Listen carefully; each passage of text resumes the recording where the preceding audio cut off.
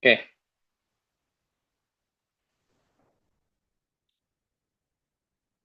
terima kasih Pak Syatori telah memberikan waktunya untuk pertemuan hari ini. Saya akan memulai tentang kegunaan teori dalam penelitian kualitatif. Kegunaan teori dalam penelitian kualitatif yang pertama tentang pengertiannya adalah eh, seperangkat konsep, asumsi, dan proposisi yang digunakan untuk memahami serta menafsirkan suatu fenomena sosial secara mendalam. Teori berfungsi sebagai kerangka berpikir yang membantu peneliti melihat realitas secara terarah, sistematis, dan bermakna. Oke, saya next.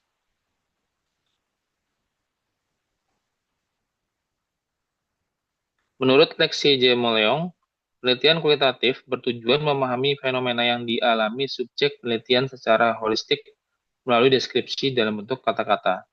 Dalam konteks ini, teori membantu peneliti menyusun pemahaman terhadap makna di balik tindakan, pengalaman, dan interaksi sosial. Sementara menurut si John W. Creswell menjelaskan bahwa dalam penelitian kualitatif, teori dapat digunakan sebagai lensa interpretatif untuk menafsirkan data, bukan semata-mata untuk diuji seperti dalam penelitian kuantitatif. Artinya, teori ini membantu memperdalam analisis terhadap temuan di lapangan. Next. Berikutnya tentang kegunaan teori dalam penelitian kualitatif.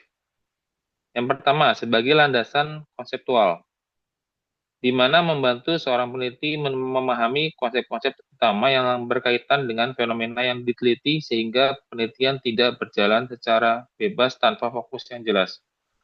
Menurut John W. Creswell, teori dalam penelitian kualitatif dapat digunakan sebagai kerangka yang membentuk cara pandang peneliti terhadap suatu masalah.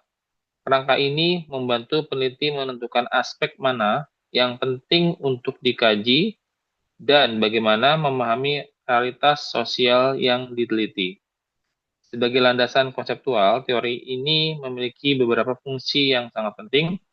Yang pertama adalah menentukan fokus penelitian, yang kedua memberikan kejelasan konsep, yang ketiga menyusun kerangka berpikir, dan yang keempat menjaga konsistensi suatu penelitian.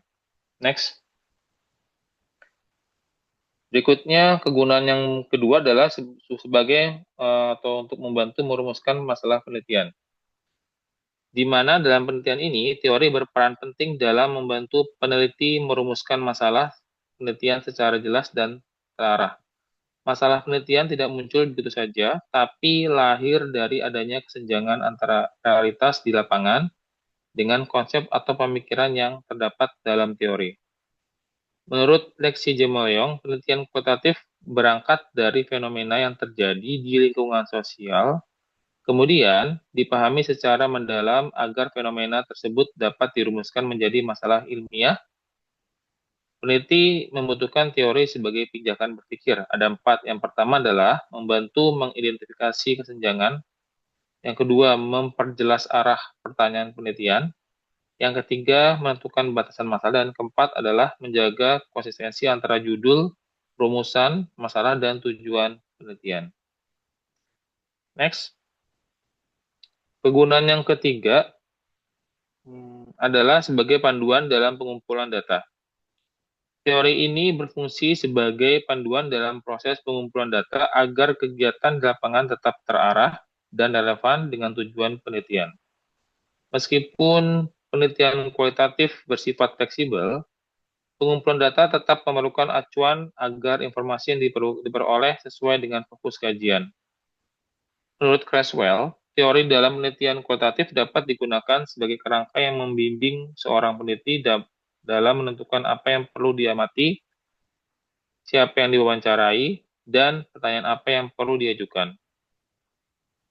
Teori membantu peneliti tetap fokus tanpa menghilangkan keterbukaan terhadap temuan baru. Peran teori sebagai panduan dalam pengumpulan data dapat dijelaskan sebagai berikut. Ada 4. Yang pertama, Yang kedua, menyusun instrumen penelitian. Yang ketiga, mengarahkan fokus observasi. Dan yang keempat, menjaga konsentrasi dengan tujuan penelitian. Selanjutnya, kepada Saudari Adita Nurlisandra, silakan. Baik, Mas Rizal, terima kasih. Selanjutnya, D. Membantu proses analisis data. Analisis data merupakan tahap yang sangat penting karena pada tahap inilah makna dari data yang diperoleh mulai disusun dan ditafsirkan. Teori berperan sebagai alat bantu untuk memahami, mengelompokkan, dan menjelaskan temuan secara lebih sistematis.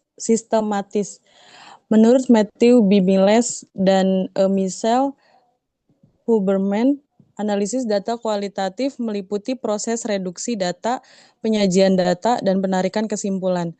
Dalam setiap tahap tersebut, teori membantu peneliti menentukan kategori, menemukan pola, dan menafsirkan hubungan antar data. Peran teori dalam proses analisis data dapat dijelaskan sebagai berikut. Yang pertama, membantu mengelompokkan data.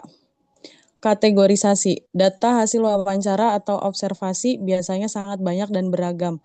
Teori membantu peneliti mengelompokkan data berdasarkan konsep atau tema tertentu sehingga lebih terstruktur. Yang kedua, menemukan pola dan hubungan. Dengan bantuan teori, peneliti dapat melihat keterkaitan antara satu temuan dengan temuan lainnya, sehingga muncul pola yang bermakna. Yang ketiga, memberikan dasar penafsiran. Teori membantu peneliti menafsirkan makna di balik pernyataan atau tindakan informan. Analisis tidak berhenti pada deskripsi, tetapi sampai pada pemahaman yang lebih mendalam. Yang keempat, membandingkan temuan dengan konsep yang ada. Hasil penelitian dapat dianalisis dengan melihat kesesuaian atau perbedaannya dengan teori yang digunakan. Dari sini dapat muncul penguatan, modifikasi, atau bahkan pengembangan konsep baru. Selanjutnya, yang E.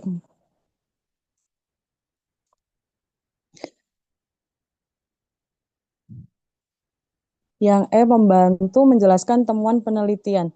Dalam penelitian kualitatif, temuan tidak hanya dipaparkan dalam bentuk deskripsi, tetapi perlu dijelaskan maknanya secara mendalam. Disinilah teori memiliki peran penting, yaitu membantu peneliti memberikan penjelasan yang logis dan ilmiah terhadap hasil penelitian.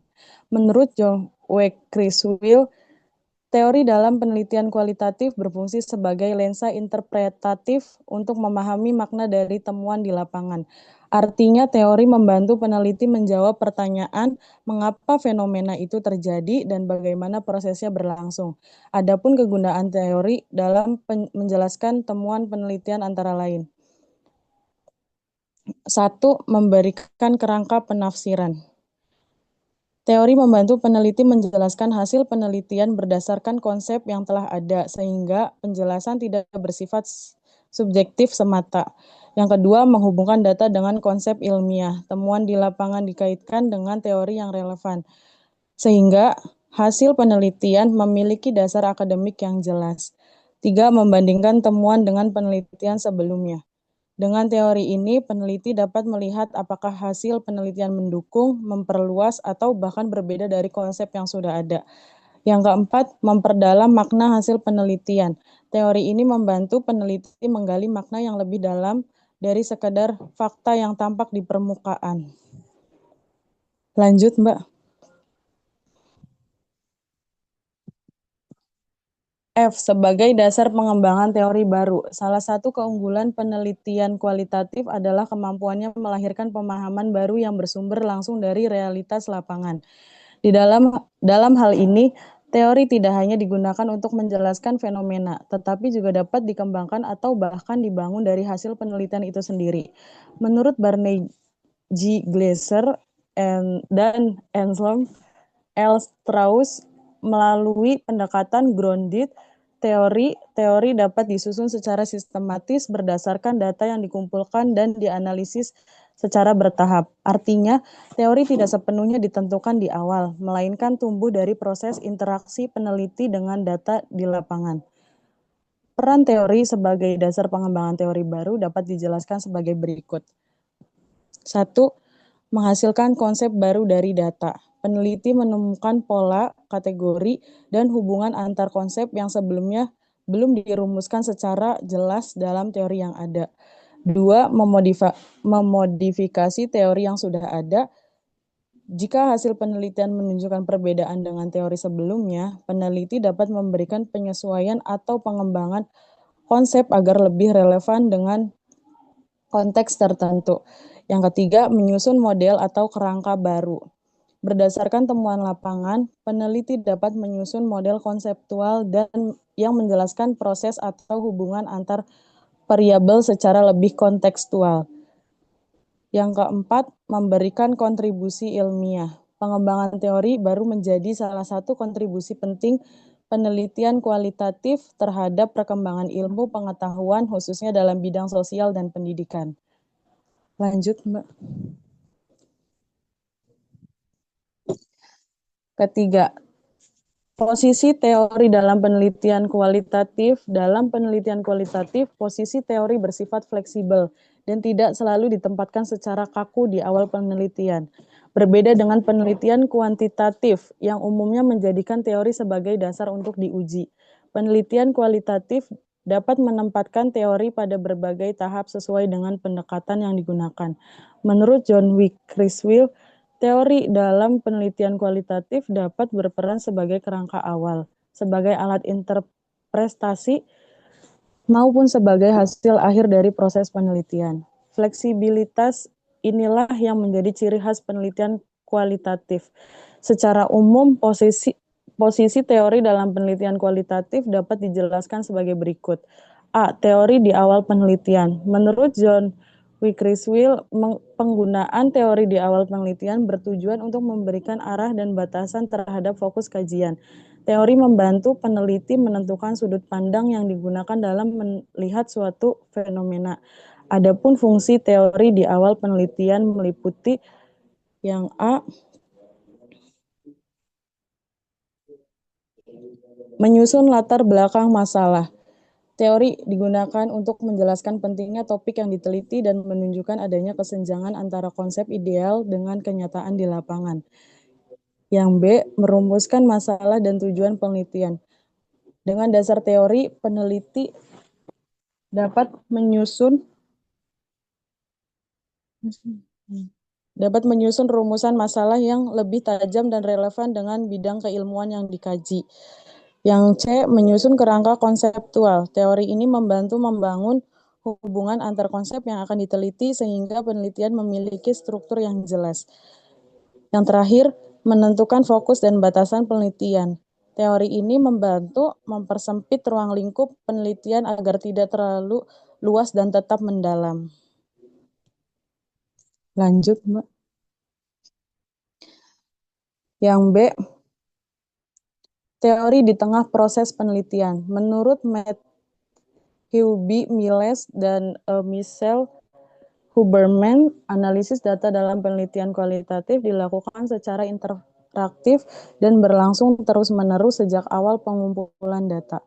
Dalam proses ini, teori dapat digunakan untuk memperjelas kategori, pola, dan hubungan antar temuan. Fungsi teori di tengah hubungan penelitian antara lain A. Membantu kategorisasi data. Setelah data dikumpulkan melalui wawancara, observasi, atau dokumentasi, teori membantu peneliti mengelompokkan data ke dalam tema-tema tertentu. B. Menjadi alat interpretasi. Teori ini digunakan untuk memahami makna di balik pernyataan informan atau peristiwa yang diamati sehingga analisis tidak hanya bersifat deskriptif. Yang C. Menjaga konsistensi analisis. Dengan bantuan teori ini, peneliti dapat memastikan bahwa penafsiran yang dilakukan tetap sesuai dengan fokus dan tujuan penelitian. Yang D. Membuka ruang dialog antara data dan teori. Dalam tahap ini terjadi proses saling memperkaya antara temuan lapangan dan konsep yang ada dalam teori. Peneliti dapat melihat apakah data mendukung, memperluas, atau berbeda dari teori sebelumnya. Yang C, Teori di akhir penelitian. Teori tidak dipaksakan dari luar, tetapi disusun secara bertahap melalui proses pengumpulan data, pengodean coding, pengelompokan kategori, hingga menemukan pola hubungan antar konsep. Posisi teori di akhir penelitian memiliki beberapa ciri utama.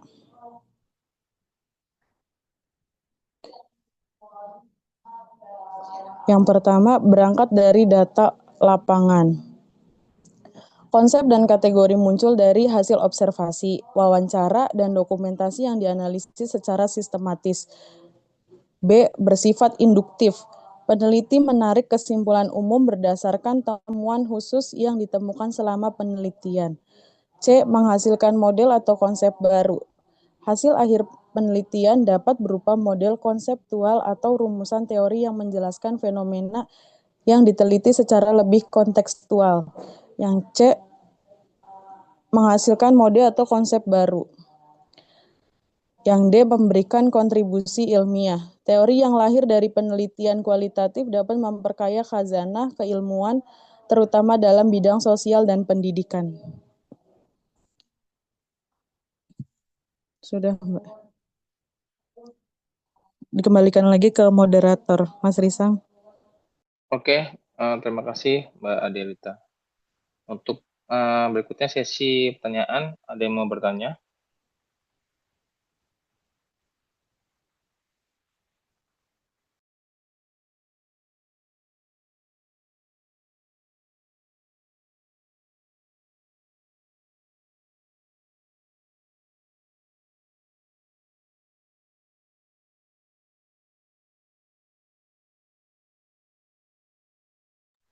Nggak ada sepertinya.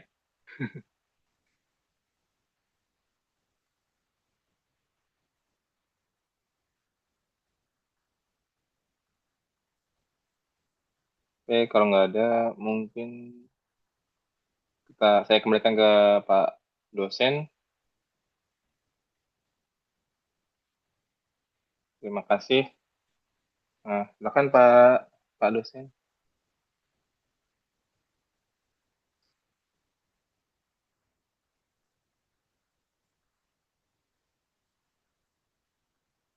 Halo, Ya, iya Pak.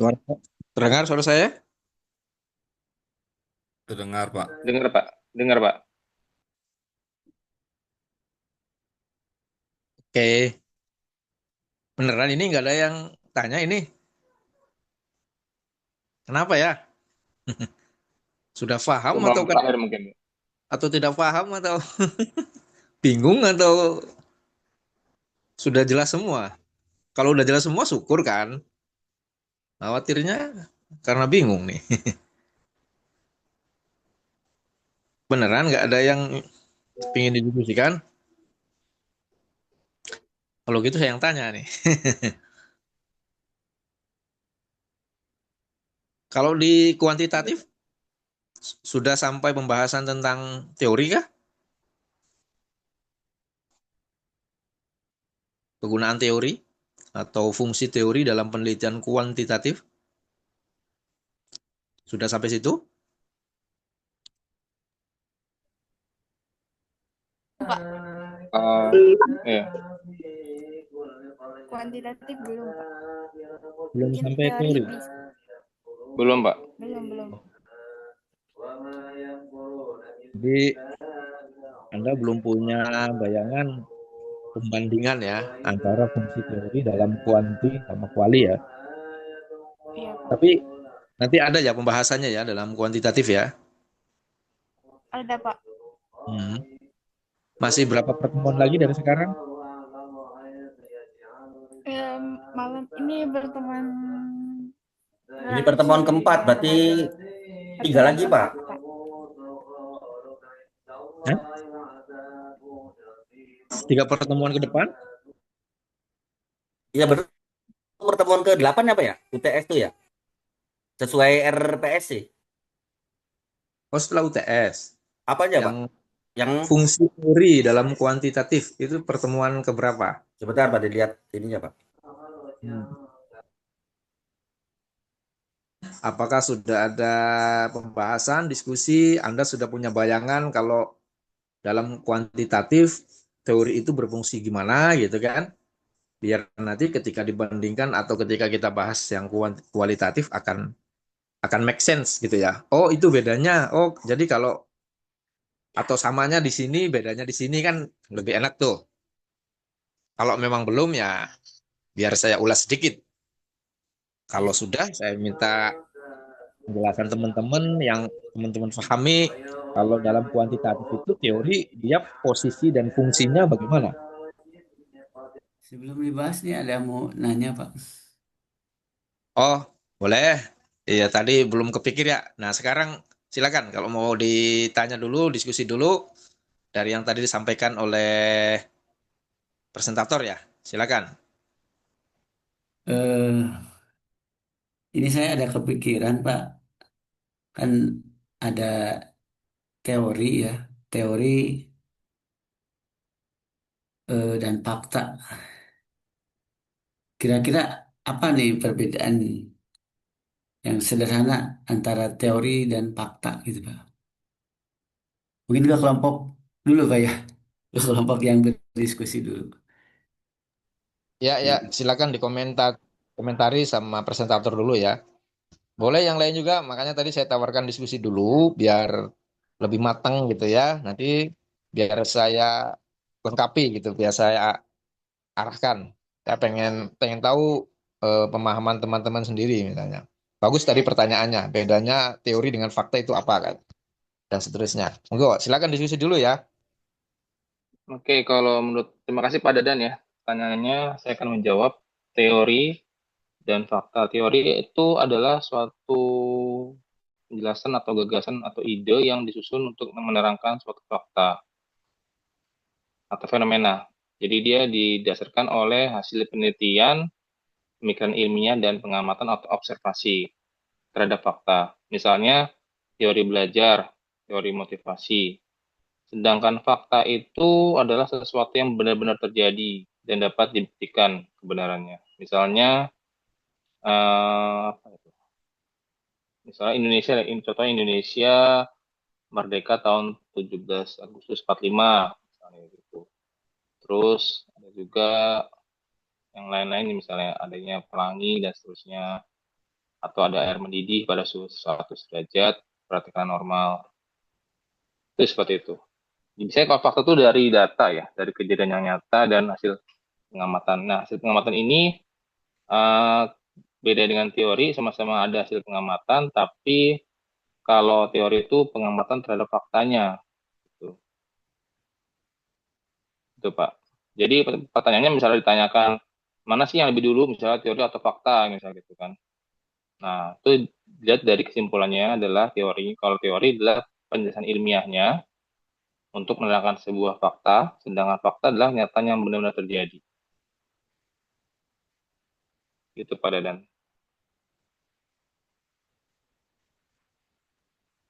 Eh, Mungkin ya, Kadang sebuah teori itu kan eh, hasilnya itu kadang tidak konsisten, sedangkan fakta kan dia eh, kebenarannya bisa diverifikasi gitu kan.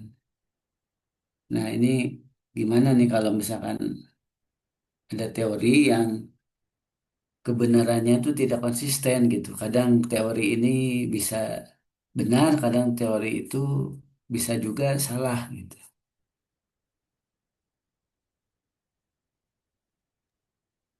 kalau Sedangkan tidak konsisten, kalau tidak konsisten teori itu biasanya kita dapat diperbaiki, dikembangkan, bisa gitu. Jika ada yang terbaru, penelitian terbaru atau temuan yang baru biasanya. Nah, sedangkan fakta itu memang dapat diverifikasi atau dapat dibuktikan ya. Tapi sebenarnya fakta itu juga bisa dicek ulang ya, dari pengamatan atau data yang valid sehingga kebenarannya bisa lebih pasti. Jadi kesimpulannya adalah teori itu adalah penjelasan yang bisa berubah, sebenarnya bisa berubah atau berkembang, sedangkan fakta nyataan yang dapat dibuktikan kebenarannya.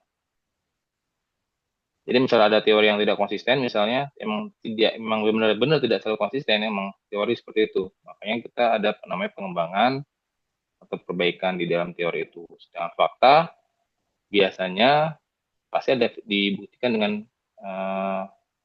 kebenarannya atau diverifikasi. Ya gitu Kalau sih. dari tingkat kebenarannya mana yang lebih eh, fakta apa teori yang paling baik gitu kan? Absah gitu. Kan teori juga Kalau hasil benar, hasil pengujian, hasil penelitian teori juga. Sedangkan fakta kan kebenaran gitu. kalau Kira-kira yang lebih mana baik yang sih, paling ini? oke Pak. Jadi kalau menurut saya itu fakta itu sebenarnya tanpa teori, jadi hanya menunjukkan suatu kejadian, sedangkan teori tanpa fakta itu tidak memiliki bukti.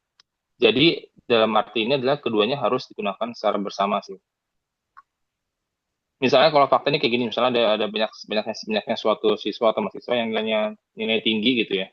Tapi setelah dia belajar gitu ya, lebih giat lagi misalnya.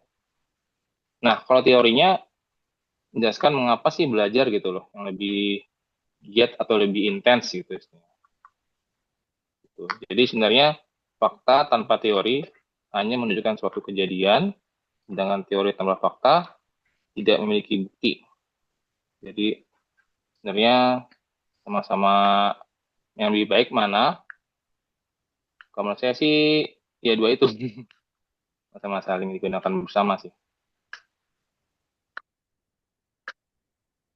Baik-baik, cukup cukup. Sama saling melengkapi sih Pak. Ya, Pak. Hmm. Makasih Pak pada dan. Ya siap, sama-sama. Ya ada lagi yang mau bertanya? Pak Andi, silakan Pak Andi. Sudah raise hand. Izin Pak Risang bertanya Pak Risang. Silakan Pak.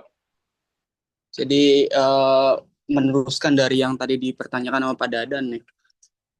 Untuk teori itu kan sebenarnya sebagai eh, apa ya, metode ya. Kalau yang saya simak tadi kan biar penelitian ini terarah dan terukur gitu kan. Dan kemudian fakta itu kan untuk membandingkan dengan realitanya gitu kan. Dan ketika teori ini tidak sesuai dengan fakta, kalau yang saya terima tadi bisa memunculkan teori yang baru gitu kan. Ketika tidak sesuai dengan fakta gitu kan. Nah, yang mau saya pertanyakan, ketika tidak sesuai dengan fakta atau kenyataan, kan otomatis ada teori yang baru.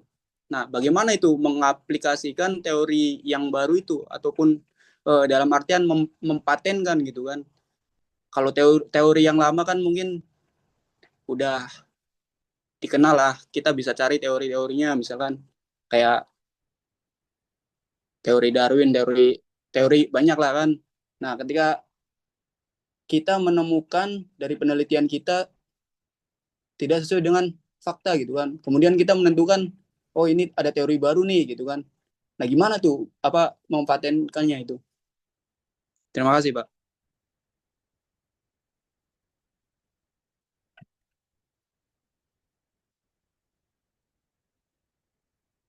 Oke, terima kasih Pak Andi. Mbak Adlita mau mencoba menjawab?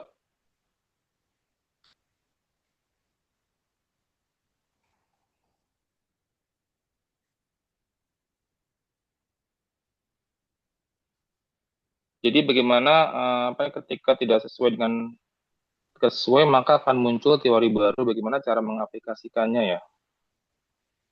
Eh, Teori itu sebenarnya menjadi pedoman atau suatu arah dari penelitian, sedangkan fakta adalah data nyata yang ditemukan di suatu lapangan atau di lapangan. Perbandingannya memang teori dan fakta itu akan menghasilkan kesimpulan atau bahkan teori baru. Gitu. Jadi jika fakta di lapangan menunjukkan hal yang berbeda, maka bisa memodifikasi teori itu ya, atau mengubah ya. Seperti itu sih. Mungkin Mbak Adlita ada tambahan ya untuk menjawab pertanyaannya Pak Andi.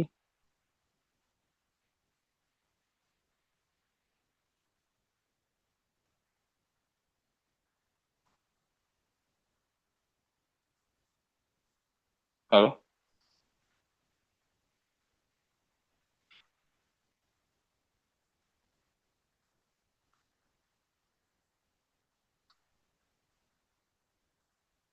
Atau Pak Satori ingin menambahkan, Pak?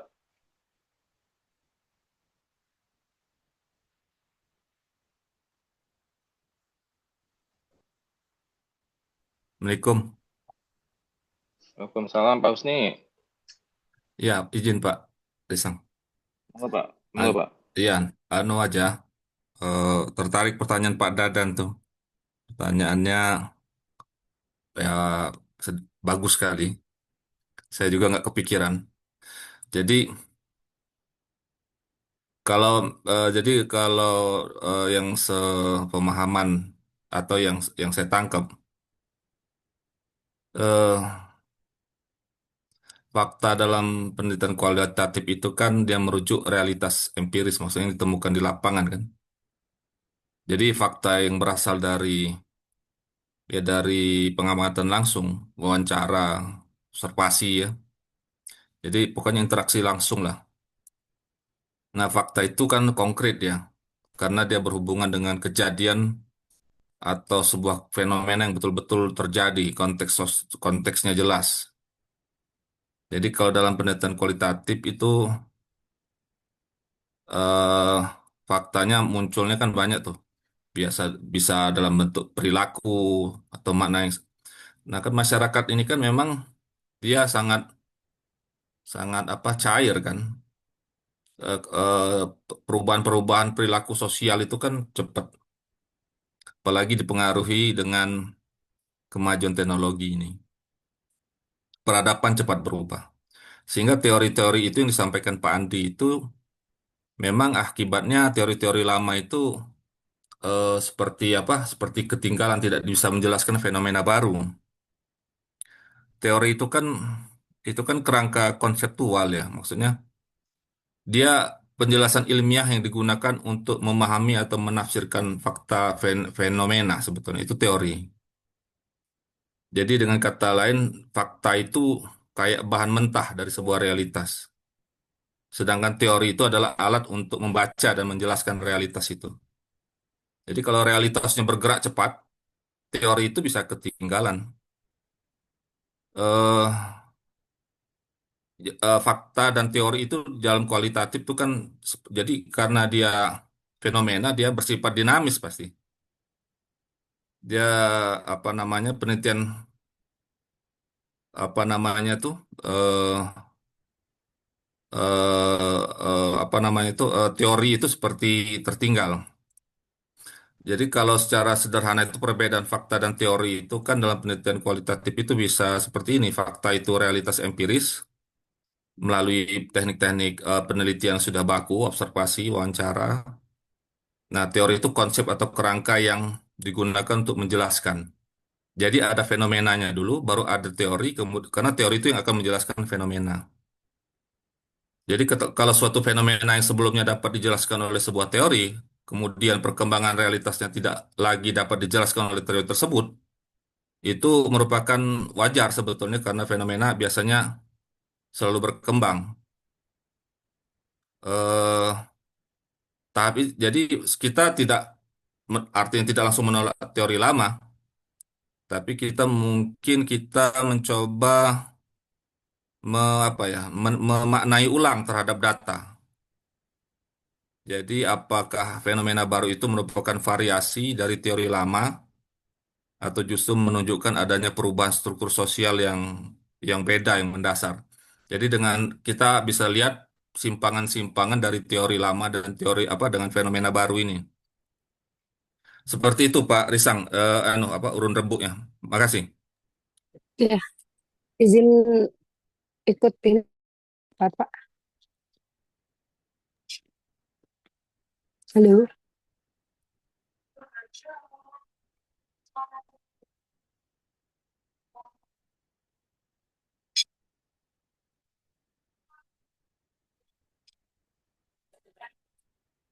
Ya, silakan Ibu. Ya, eh, izin Pak ya tadi dari Bapak pendengaran dari penjelasan dari teman-teman. Mungkin kalau saya mungkin menambahkan memperkuat ini ya. Kalau bisa dianalogikan tadi kan intinya itu fakta itu kan fenomenanya yang fenomena yang terjadinya gitu ya. Teori itu yang menjelaskan fenomena seperti itulah ya kira-kira ya.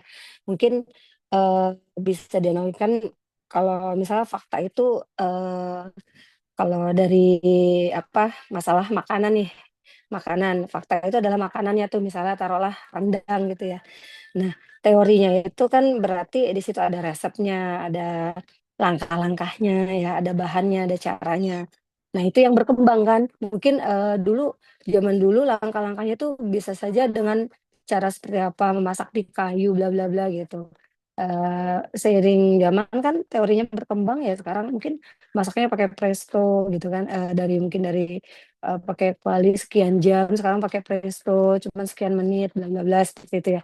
Jadi mungkin kalau yang saya tangkap ya analoginya seperti itu ya. Jadi fakta itu adalah eh, apa sih makanan yang sudah dimasaknya itu gitu kan yang bisa kita lihat, kita rasa gitu. Nah, teorinya itu ya yang menjelaskan proses itu gitu kan. Baik dari apa resepnya gitu ya, ada bahan, ada langkah-langkah cara membuatnya gitu. Jadi teori itu memberi penjelasan atau panduan ya. Sedangkan fakta itu kejadian nyata yang bisa kita buktikan gitu. Oh, rendang tuh enak, pedes ini gitu. Mungkin yang saya tangkap seperti itu ya analoginya ya. Mungkin itu saja Pak untuk eh, apa memperkuat ini ya pemahaman saya pribadi seperti itu.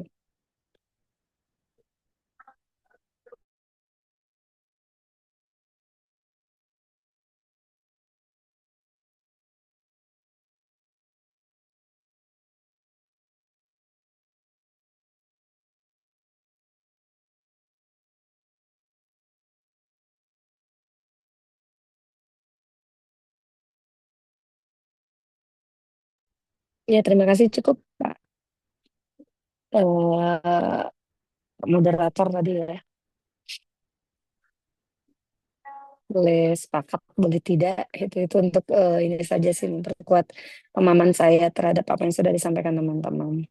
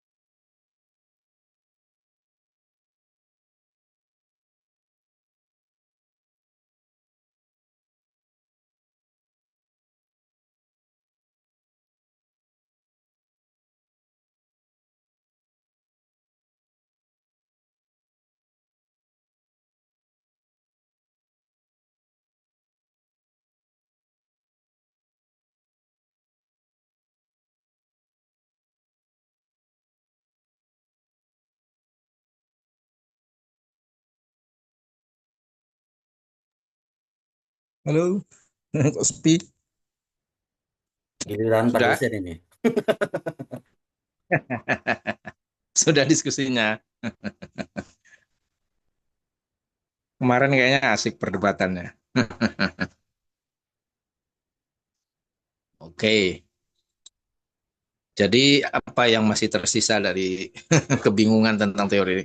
Kiranya udah cukup gamblang ya, tapi tadi ada sedikit apa pertanyaan yang bisa dielaborasi ya terkait bagaimana cara mengaplikasikan atau cara menerapkan teori baru yang berbeda gitu tadi ya. Kalau nggak salah ada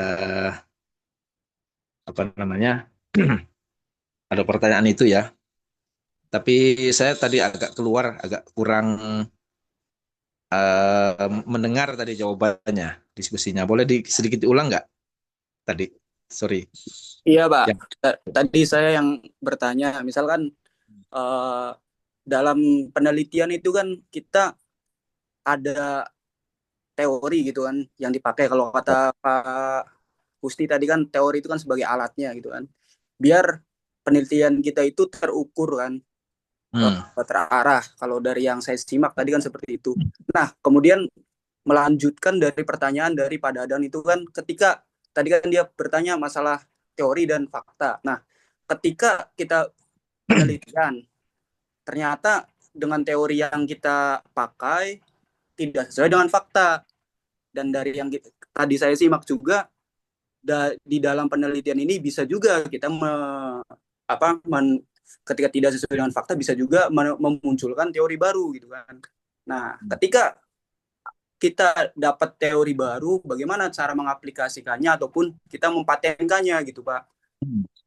Oke, nah ini banyak menarik ini pertanyaan. Terus dijawab bagaimana? Saya sorry agak menyimak tadi jawaban dari presentatornya. Kalau dari yang saya terima sih tadi, kalau untuk jawaban mempatenkan sih belum, mengaplikasikan belum ada sih, Pak dosen. Oke, yang ada apa tadi komennya? Ya, tadi kita diskusi masih memperdalam tentang teori dan fakta, baik dari Pak Husni maupun tadi tambahan dari Bu Yuni juga, gitu kan. Oke. Terus tadi yang saya semua dari yang sebelum Ibu tadi Pak Husni ya namanya. Yang ya benar ya Pak Husni ya? Iya, Pak Husni Tamrin. Pak Husni Tamrin tadi yang komen terkait presentator bukan Pak Husni itu, bukan ya? Bukan, Pak, bukan. Apa namanya yang lainnya, bukan presenter ya? Ya. Tadi menjelaskan antara posisi fakta gitu ya dengan teori gitu ya. Gimana tadi Pak Husni? Boleh sedikit diulang? Halo Pak Husni? Siap ya Pak. Kan diulang orangnya. Ya Pak. Oke. Nanti kalau penjelasan saya nyambung boleh disambungin lagi ya Pak Husni ya. Siap ya Pak. Apa? Ya Pak, izin Pak. Boleh. Oh Pak Husni nih. Iya Pak. Halo Pak. Halo. Ya, terdengar Pak. Sinyalnya aman Pak? Oh, sinyalnya aman? Boleh diulang sedikit Pak yang disampaikan Pak Husni? oh siap ya Pak, izin. Jelas Pak ya, suaranya Pak ya, izin. Halo. Oh. Putus-putus Pak. Sinyalnya kayaknya agak susah ini ya. Siap. Atau sayanya ya? Halo? Suara saya? Bapak sepertinya Pak, kalau saya jelas, Pak Husi sama Bapak sejelas ini suaranya. Terdengar Suara jelas saya Pak, mungkin sinyal ya, mungkin di sinyal Halo? masing-masing. Tapi di saya jelas Pak. Suara saya? Jelas. Oke. Ya. Berarti sinyalnya Pak Husni tadi ya? Siap ya Pak. Agak putus-putus Pak. Oke. Sudah, nanti boleh di komen ya atau disambut di apa namanya di komen balik ya. Jadi mulai dari diskusi yang menarik, bagus ya, bedanya fakta dengan teori tadi ya, dari mulai situ ya. Dan kenapa kemudian penting adanya kerja penelitian, khususnya kualitatif ya. Saya kasih gambaran dulu bagaimana suatu teori terbentuk ya. Oke. Teori itu memang dia kumpulan dari kesimpulan-kesimpulan atas fakta ya. Yang itu kemudian dikonseptualisasi kalau dalam bahasa bahasa ilmiahnya. Jadi fakta-fakta yang kita lihat itu, fakta itu pada dirinya tidak bicara apa-apa ya. Dia hanya bicara tentang realitas saja. Misalnya kita lihat ada seorang anak yang memukuli teman-temannya gitu ya di suatu kelas misalnya begitu. Ya itu hanya sebuah fakta saja gitu. Ada kejadian anak apa namanya rame-rame ya teman-temannya sedang memukuli satu anak di dalam sekolah di dalam ruangan kelas. Ya. Fakta ini tidak berbicara apa-apa, dia hanya bicara kenyataannya saja gitu ya. Nah, ini akan menjadi sebuah teori, ini akan menjadi sesuatu yang menjadi apa namanya konsep ketika dia dikonseptualisasi, ketika dia direfleksi, ketika dia disimpulkan atau ketika dia dinilai, ya kan, dinilai, kemudian di apa namanya direfleksikan, dikonseptualisasi, lalu kemudian dibunyikan dalam suatu konsep, ya, dalam suatu apa namanya postulat. Kalau istilah teori tidak ada postulat ya, kesimpulan-kesimpulan yang sudah bisa dipatenkan ya. Kenapa bisa begitu? Karena dia bisa dihubungkan dengan fakta-fakta yang lain. Jadi fakta kalau dia sendiri ya dia tidak berbunyi apa-apa, tapi kalau dia dihubungkan dengan fakta yang lain dia akan berbunyi. Di ruangan itu ada seorang anak dipukuli oleh rame-rame oleh banyak anak, gitu ya. Nah, ada fakta yang lain. Salah satu dari anak itu juga memukuli anak yang lain di tempat yang lain. Ada dua peristiwa pemukulan. Yang satu dilakukan oleh banyak anak, yang satu dilakukan oleh seorang anak. Kemudian ada kejadian yang lain misalnya, yang masih berhubungan dengan peristiwa kekerasan di dalam sekolah misalnya. Jadi ada rangkaian peristiwa yang saling terhubung, fakta ya, peristiwa, fakta, kejadian yang saling terhubung yang terkait dengan kekerasan ya, di dalam sekolah. Begitu. Nah, barulah fakta-fakta ini kemudian akan bisa ditarik sebuah kesimpulan. Ini apa nih? Ini menunjukkan apa fakta-fakta ini? Kira-kira begitu. Nah, maka kemudian ketika kemudian seseorang yang menyimpulkan itu, nah, orang sebut peneliti, analis, gitu ya, dan seterusnya, dia akan menyimpulkan bahwa kemudian telah terjadi praktek bullying misalnya gitu ya, atau praktek perundungan. Nah, istilah perundungan ini sudah sebuah konsep ya, sebuah konsep yang berhubungan dengan perilaku tindak kekerasan antara seseorang ya atau sekelompok orang terhadap orang yang lain yang dalam posisi lemah di dalam suatu ruang publik misalnya. Kira-kira begitu. Nah, ini sudah teori nih. Ada konsep, ada satu kesimpulan yang seperti itu untuk menyatakan banyaknya fakta, banyaknya peristiwa tentang kekerasan yang terjadi di sekolah, maka orang sebut itu adalah misalnya perundungan atau bullying. Nah, secara fisik misalnya. Jadi begitu, munculnya teori, munculnya istilah, konsep atau terma ya, terminologi, orang sebut terminologi, banyak istilah yang dipakai dalam hal ini ya. Kesimpulan-kesimpulan itu. Konsep, orang sebut nanti variabel gitu ya, orang sebut apa namanya tadi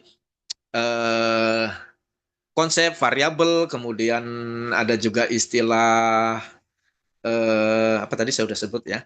Ada konsep, ada variabel, itu hal-hal yang ditarik ya, dikonseptualisasi, makanya istilah konsep itu konseptualisasi, disimpulkan dari suatu realitas ya. Lahirnya satu teori itu berdasarkan refleksi-refleksi seperti itu. Gitu ya. Semua teori, teman-teman, semua teori, baik teori sosial maupun teori alam ya, teori gravitasi misalnya, teori Newton, teori apa gitu ya, semuanya berangkat dari realitas yang ditemui oleh seorang teoritisi ketika dia akan merumuskan satu teori. Ya. Newton, kemudian Einstein ketika dia memunculkan banyak teori-teori fisika itu ya hasil penelitian dulu ya, hasil mengamati satu data atau satu fakta gitu ya. Kok ada benda kok ketika dilempar dia ke bawah gitu ya, dengan kecepatannya tertentu, dengan massa tertentu gitu ya, dengan apa namanya bobot tertentu, maka dia akan jatuh. Nah, maka kemudian muncullah, oh berarti di sini ada gaya tarik nih, ada gaya tarik di bumi ini. Nah, orang sebut ini, dia sebut kemudian ini adalah gaya gravitasi. Muncullah teori gravitasi, kira-kira begitu. Jadi teori itu nggak muncul tiba-tiba hadir begitu ya, enggak. Tapi dia hasil konseptualisasi, hasil refleksi dulu ya, perenungan, kok begini, kok begitu ya, dan seterusnya. Gitu. Baru kemudian muncul teori. Begitu teman-teman. Jadi memang sudah dari sononya, yang namanya teori itu lahir dari sebuah penelitian. Lahir dari sebuah refleksi. Ya, kerja merefleksikan data, kerja merefleksikan fakta, lalu dia menjadi data gitu ya. Data itu fakta yang sudah diangkat, yang mau dianalisis namanya data. Jadi kalau fakta sih ya fakta apa adanya gitu. Tadi ada seorang anak memukul kawannya, itu namanya fakta gitu ya. Tapi begitu ya diambil untuk direfleksikan, dia menjadi data.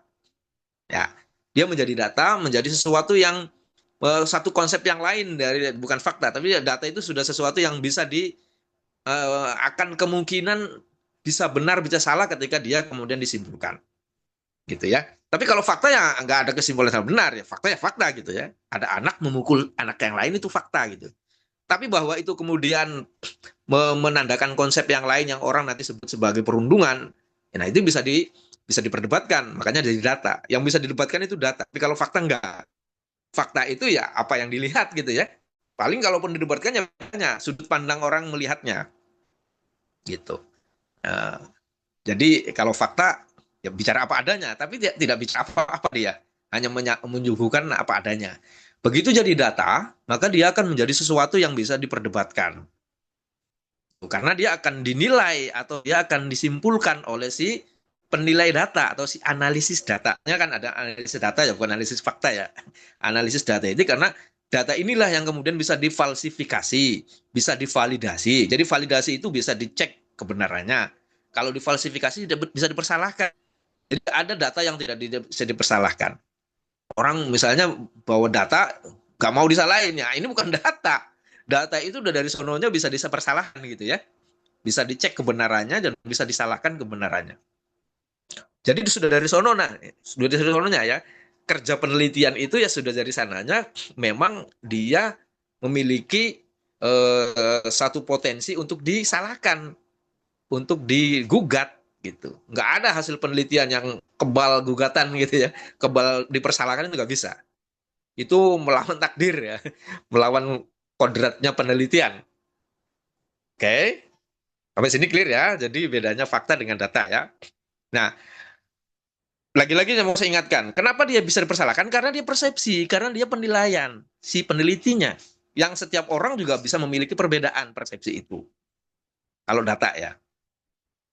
Nah, karena itu maka kemudian seberapa kuat argumentasi, refleksi dan konseptualisasi yang dibuat oleh seorang peneliti, maka dia itu akan menunjukkan seberapa kuat nanti teorinya yang akan dihasilkan oleh si peneliti ini. Rotasi atau kerja seperti inilah yang dikerjakan oleh dalam penelitian ya, khususnya penelitian kualitatif untuk kerja-kerja grounded teori seperti ini. Begitu lahirnya suatu teori dalam sebuah penelitian. Makanya dalam penelitian kualitatif, fungsi teori atau kegunaan teori ini sangat-sangat vital. Karena justru nafasnya kehidupan itu ya dari teorinya.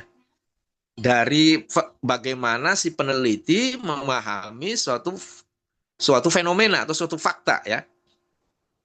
Begitu. Sejak awal akan dilakukan itu memang seperti itu. Nah, oke ya, sampai sini ya, clear ya. Hanya saja, bukan hanya saja, ya memang masalahnya dan tidak bisa dihindari, kita ini, manusia ini ya, ini penting juga harus diingat nih dalam etik dalam penelitian ya. Bukan orang yang pertama meneliti hal itu. Bukan orang yang pertama mengamati fenomena itu. Kenapa ya? Karena sebelum kita banyak orang lahir. Ada banyak manusia yang lahir sebelum kita dan ada banyak orang yang lahir yang sejaman dengan kita yang memiliki pandangan yang berbeda tentang itu. Jadi jangan pernah merasa pede kalau kita adalah orang yang pertama meneliti tentang sesuatu. Apapun itu. Yakini saja ya. Kalau saya sih masih yakin. Karena ya saya rendah diri karena saya bukan orang yang pertama hidup di dunia ini ya. Apapun yang kita teliti, apapun yang kita lihat fenomenanya, banyak orang sebelum kita sudah melakukan penilaian, refleksi, konseptualisasi terhadap fenomena itu. Makanya penting kita untuk melihat apa kata orang sebelum kita tentang itu. Begitu. Ya. Adapun nantinya kemudian mau kita pakai, mau kita jungkir balikan dia, mau kita persalahkan, mau kita habisi, disitulah justru kerja-kerja penelitian gitu ya.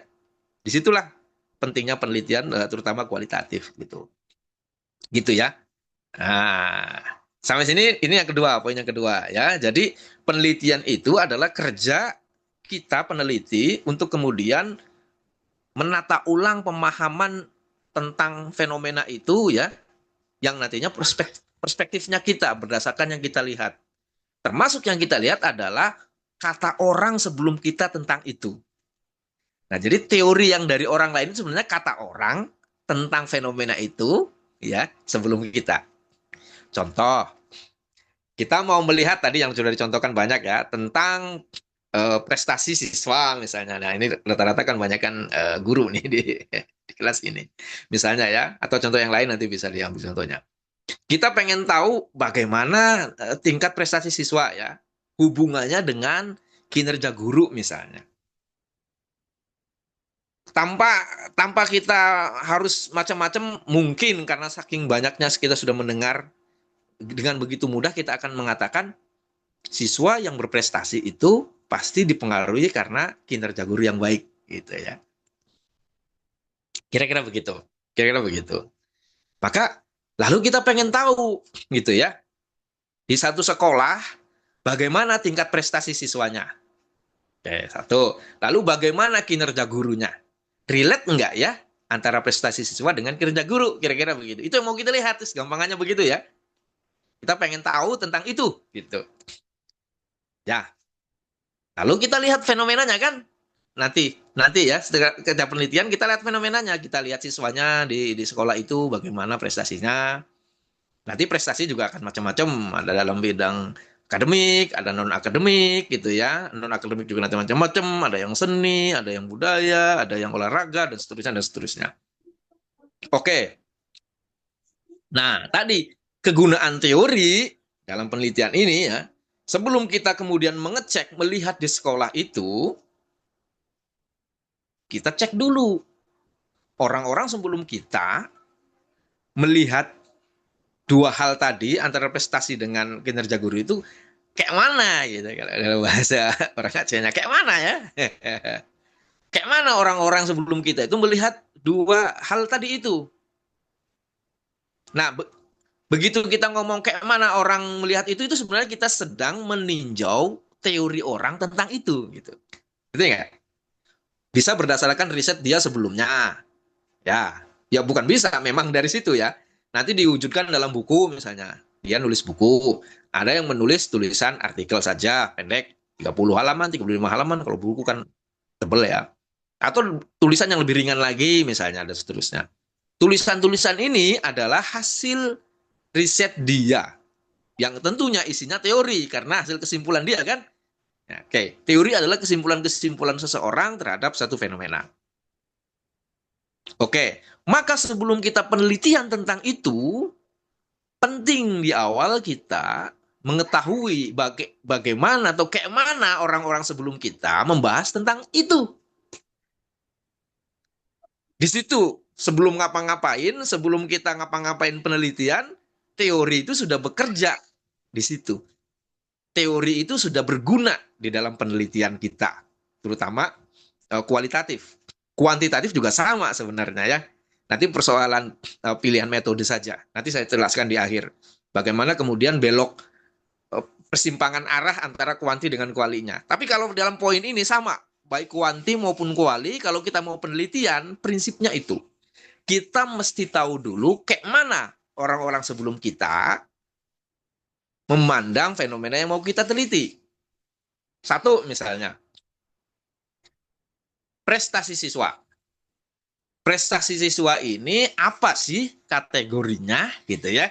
Ada banyak nanti penelitian, hasil penelitian orang-orang sebelum kita yang menjelaskan tentang prestasi siswa.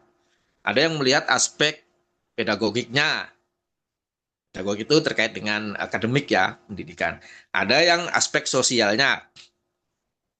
Oke, di sekolah ini secara akademis tidak banyak, tapi lihat sosialnya. Mereka dekat dengan masyarakat, banyak aktivitas sosial yang diakui oleh masyarakat, keren, hebat, dan seterusnya. Walaupun secara akademik tidak bagus-bagus amat misalnya prestasinya. Atau prestasi yang lain, olahraga misalnya, ekstrakurikuler. Akademiknya nggak terlalu kenal nih, sekolah ini nggak bagus-bagus amat ya.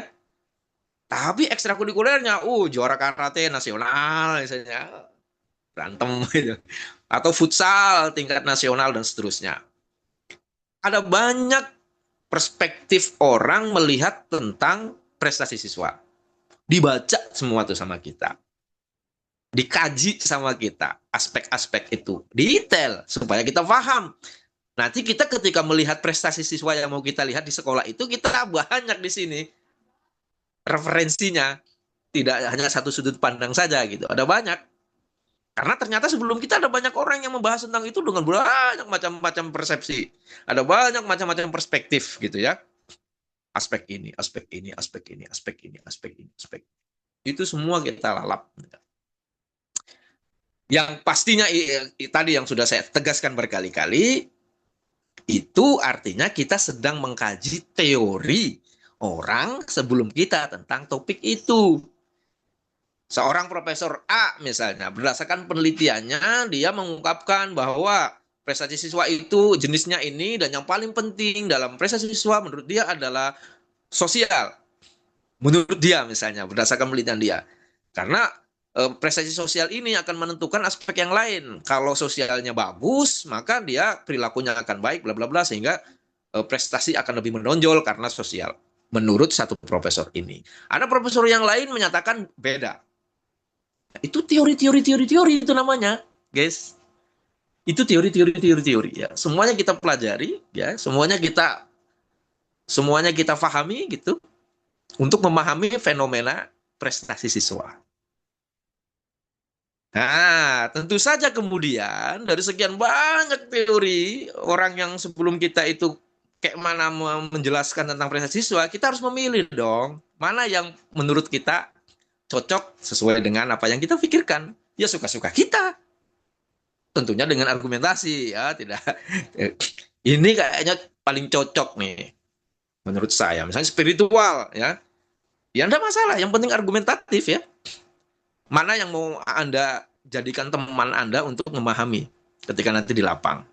Saya lebih cocok profesor ini ngomongnya tentang prestasi siswa yang kaitannya dengan spiritual. Karena kalau spiritualnya bagus, ya dia akan menentukan hal-hal yang lain.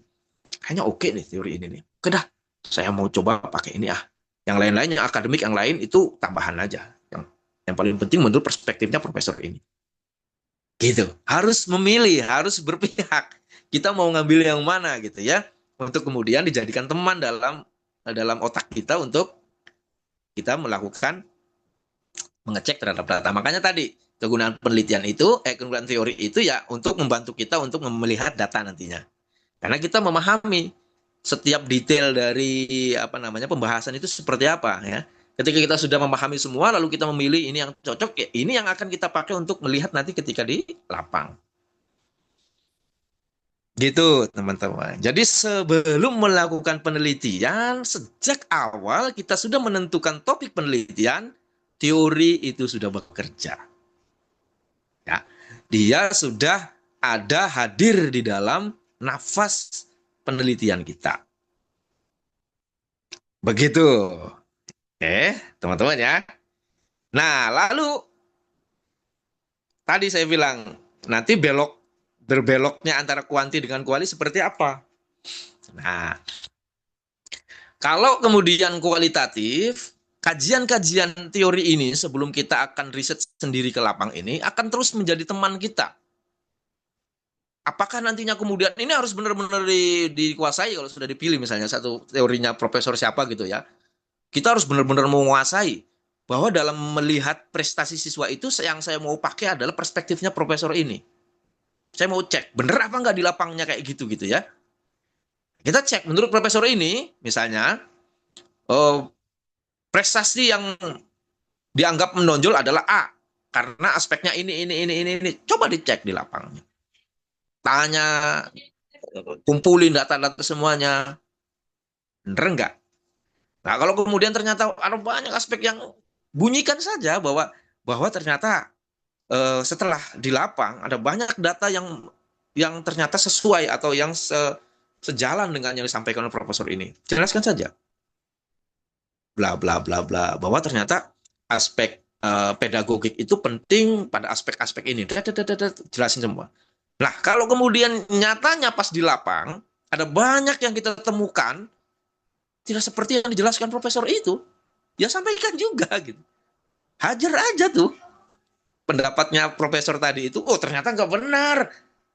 Enggak tuh, nyatanya banyak yang soleh-soleh spiritual, tapi nyatanya nggak mengangkat derajatnya sekolah misalnya, prestasinya nggak apa namanya nggak moncer bagi pendidikan ya gitu ya, malah membuat jadi kurang semangatnya misalnya si siswa ini dalam dalam menempa diri gitu ya, walaupun secara spiritual oke, misalnya jadi minder bla bla bla misalnya begitu ya, misalnya ada banyak fakta-fakta yang diangkat yang kemudian menjadi data setelah direfleksikan kok nggak sesuai ya dengan yang disampaikan oleh teori ini. Nggak apa-apa, sampaikan aja, gugat aja. Dengan data-data baru itu dikumpulin semua ya. Nah ini tadi pertanyaan tadi, bagaimana caranya kita meruntuhkan teori lama itu ya, kumpulkan data-data baru, refleksi-refleksi baru yang lebih tajam, lebih kuat gitu ya. Ya, hadirkan dengan kesimpulan-kesimpulan yang bernas gitu ya. Caranya ya begitu. Caranya kita membuat satu kesimpulan-kesimpulan, kalimat-kalimat berdasarkan data yang kita temukan. Kalau kita menemukan sesuatu yang baru, yang tidak ditemukan atau berbeda dengan yang disimpulkan atau ditemukan oleh teori yang lama yang kita pakai itu, dipertahankan di depan siapapun, termasuk di penguji gitu, di depan penguji, di depan publik, sampaikan saja. Begitu caranya. Ya harus berani. Kalau data Anda kuat, ya Anda bisa menyimpulkan kuat, ya patahkan. Katakan kepada publik kalau temuan Anda, penelitian Anda itu menyatakan berbeda dengan peneliti sebelumnya atau teori sebelumnya. Tunjukkan perbedaannya dan tunjukkan validitas dan akurasi data Anda yang lebih valid daripada dia. Itu yang pernah saya praktekkan waktu nulis tesisnya. Tesisnya saya kirimkan. Nanti panjang lebarnya kita bisa. Sorry, saya agak telat ngirim filenya ya. Saya baru keingetan. Itu nanti teman-teman bisa baca sampai selesai mata kuliah ini ya. Silakan, itu pengalaman pribadi saya dalam melakukan penelitian kualitatif dan sangat lekat dengan perdebatan teoritis ya. Dan saya ketika ujian benar-benar bertarung dengan penguji saya ya, dengan yang ahlinya di teori yang saya pakai itu. Oke, begitu kalau penelitian kualitatif. Jadi dari sejak awal terus sampai di lapang, sampai ketika kita mengumpulkan data, sampai kemudian menganalisis data, sampai kemudian menyimpulkan, itu semuanya bersamaan dengan atau bareng dengan teori yang sudah kita pelajari tadi. Dari mulai titik awal sampai titik akhir penulisan laporan itu teori selalu menyertai. Gitu. Teori selalu menyertai dan dengan dinamika yang sangat cair ya. Sangat cair, tapi tadi juga sudah diingatkan bukan berarti kemudian kita seenaknya karena cair. Enggak, justru dengan teori juga mengantarkan kita kepada untuk tidak melihat yang lain ya. Jadi ketika kita melihat data, kita sudah melihat teorinya siapa yang mau kita pakai untuk melihat prestasi siswa, ya kita jangan melihat yang lain. Jangan melihat konsep yang lain, bukan teori yang lain. Tetap yang kita lihat ya tentang prestasi siswa gitu ya.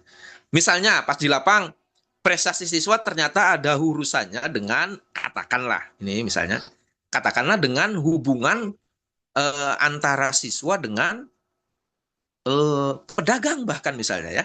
Contoh, pedagang sekolah, kantin sekolah. Loh, kan aneh, apa urusannya gitu ya, prestasi siswa dengan kantin ya. Kelihatannya nggak ada hubungannya, tapi ini masih berhubungan. Loh, apa urusannya misalnya? Bahwa ternyata di sekolah itu apa namanya, wira swasta atau wirausaha ya, pemahaman sekolah memberikan pemahaman terhadap siswa bahwa pentingnya wirausaha, persiapan sebelum apa namanya ketika kita memasuki dunia usaha itu penting gitu ya, benar-benar menyatu antara siswa dengan praktek gitu ya, dan itu diwujudkan misalnya di kantin sekolah gitu. Jadi sekolah itu mengajarkan kepada siswa kalau yang namanya wira swasta itu penting, wira usaha itu penting gitu ya. Lalu dikenalkanlah mereka dengan koperasi yang ada di sekolah itu bla bla bla. Sehingga mereka kemudian terinspirasi dengan banyaknya apa namanya wirausaha yang ada di sekolah itu dalam bentuk koperasi. Jadi wirausaha itu menjadi nafas dalam sekolah itu. Sehingga itu memacu bagaimana kemudian siswa berlomba-lomba untuk bisa melakukan kemandirian usaha gitu. Walaupun masih sekolah, tapi mereka udah. Dan itu ternyata memicu banyak apa ya, banyak motivasi kepada mereka untuk bisa berprestasi. Misal, loh, ngomongin prestasi ternyata ada urusannya dengan wirausaha dan kantin sekolah gitu. Ini temuan yang menarik gitu misalnya. Begitu ya. Itu masih berhubungan. Nah, jadi teori kita nanti akan mengantarkan kita karena bicara prestasi itu bisa macam-macam aspeknya. Gitu ya. Nah, kalau kemudian ada sesuatu yang jauh lebih jauh misalnya urusannya dengan prestasi tapi jauh sekali, ya teori nanti akan membatasi. Menurut teori nggak ada tuh pembahasan sama sekali antara prestasi siswa dengan aspek itu gitu ya. Ya sudah, nggak usah kita capek-capek repot-repot untuk misalnya mendalami itu, karena itu aspeknya jauh sekali dengan teori-teori yang sedang kita pelajari. Misal prestasi siswa urusannya atau hubungannya misalnya dengan apa ya, yang jauh misalnya ya, dengan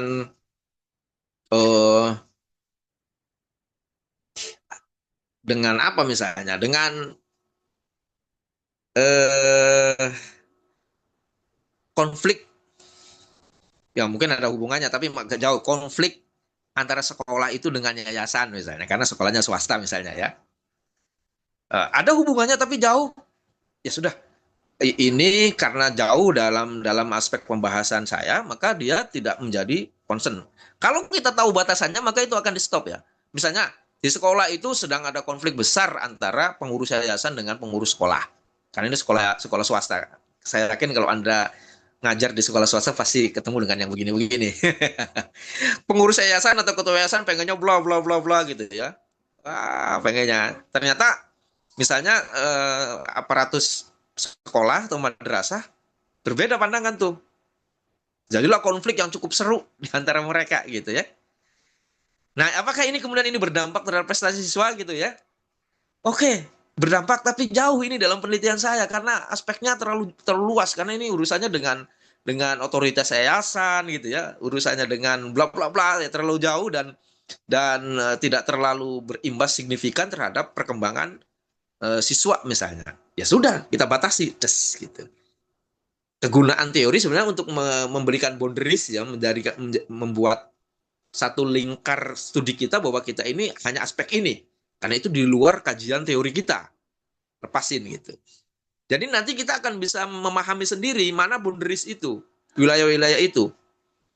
Kalaupun kemudian mau kita tarik, enggak masalah. Misalnya dalam temuan kita gitu ya. Awalnya kita nggak nyangka kalau kemudian akan berhubungan gitu ya. Tapi ternyata berhubungan juga. Boleh ditarik. Kalau dalam kualitatif, wah, sangat boleh sekali. Ternyata begitu masuk penelitian, waduh, konflik yayasan sekolah ini menjadi bermasalah. Karena ini berlarut-larut, jadi siswa banyak yang tidak terurus. Padahal siswa banyak yang potensial. Tapi nggak bisa berkembang gara-gara konflik ini nih. Wah, penting ini saya highlight ini dalam penelitian saya. Ternyata prestasi siswa itu dipengaruhi karena harmonisasi lembaga.